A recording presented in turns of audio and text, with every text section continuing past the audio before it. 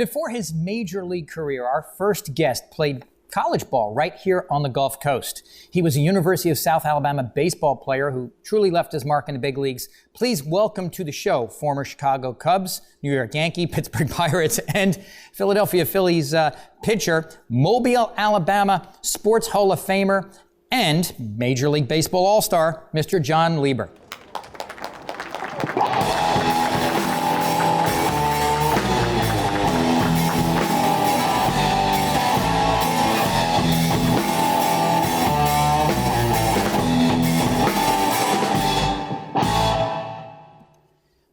So Jon, let's just start off kind of at the beginning. What gave you your initial love of baseball? Was it, I know with me, it was my father loved baseball. And so a lot of times that's the way, it works for kids. Was it something that your family was really into, or did you find it some other way?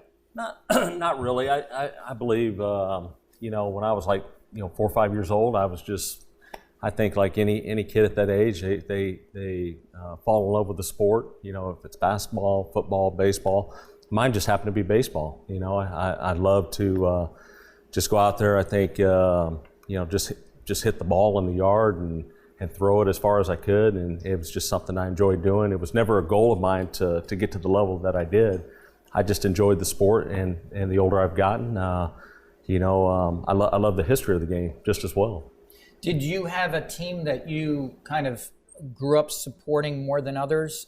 I've got an older brother. He's 5 years older than me, and I kind of followed in his footsteps. So he was a big Dodgers fan, and so I was a Dodgers fan, and then it seemed like when I was 14, 15, or 16 years old, then I became a front runner fan.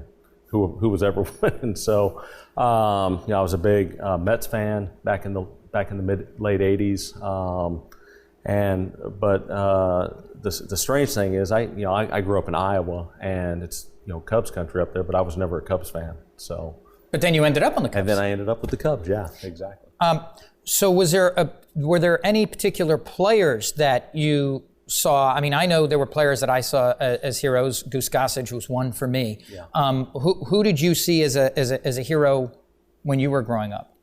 Position player, I was a big Steve Garvey fan.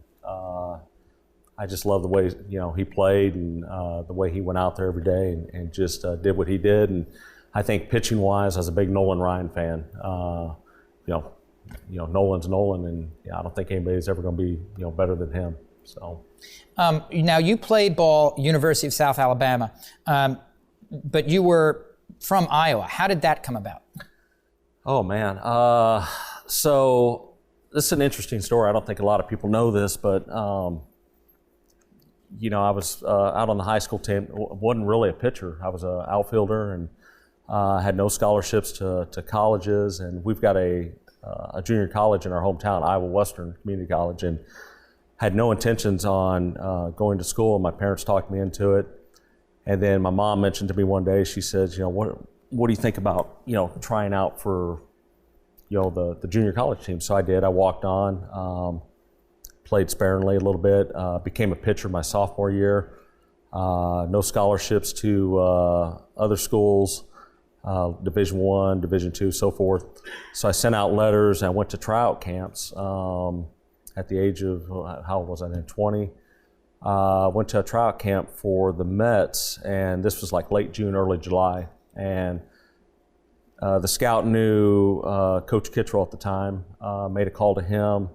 Ronnie Powell, the pitching coach, came up, watched me play, and offered me a scholarship, and really completely changed my career and my path and my thinking on mental toughness and how to be a better player anytime you cross those white lines. And I really give the credit to Ronnie to making my career what it is at the time. And is that where you developed your pitches?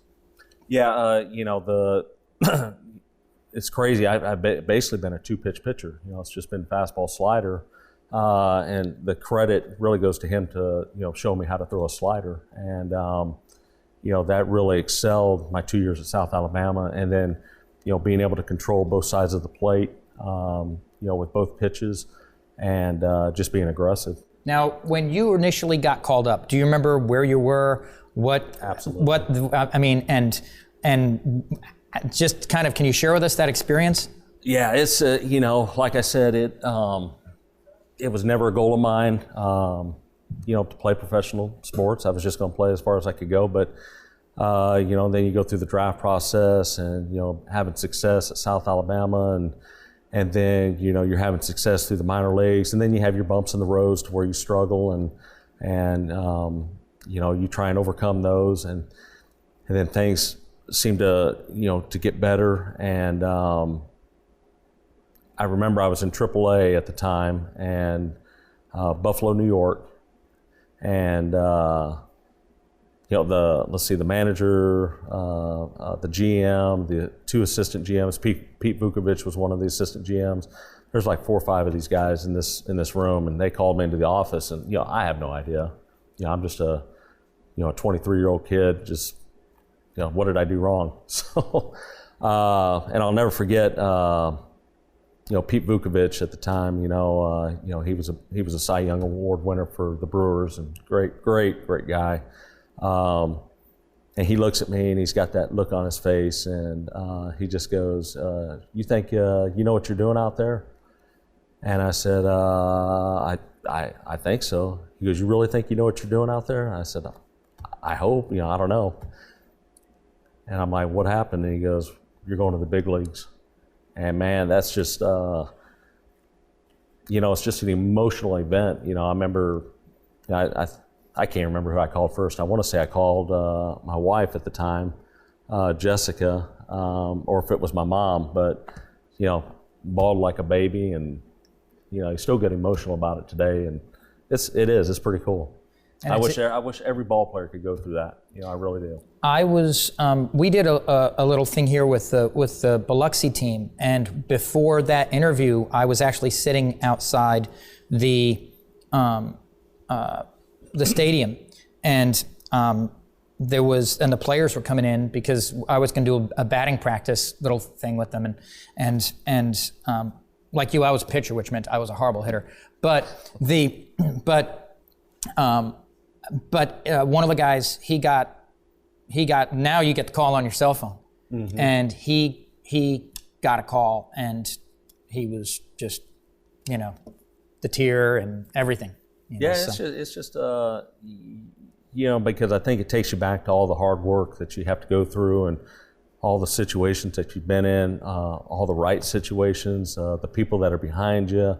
You don't tend to think about those things until it actually happens. We are going to be right back. We've got to go to commercial break, pay some bills. Tyler?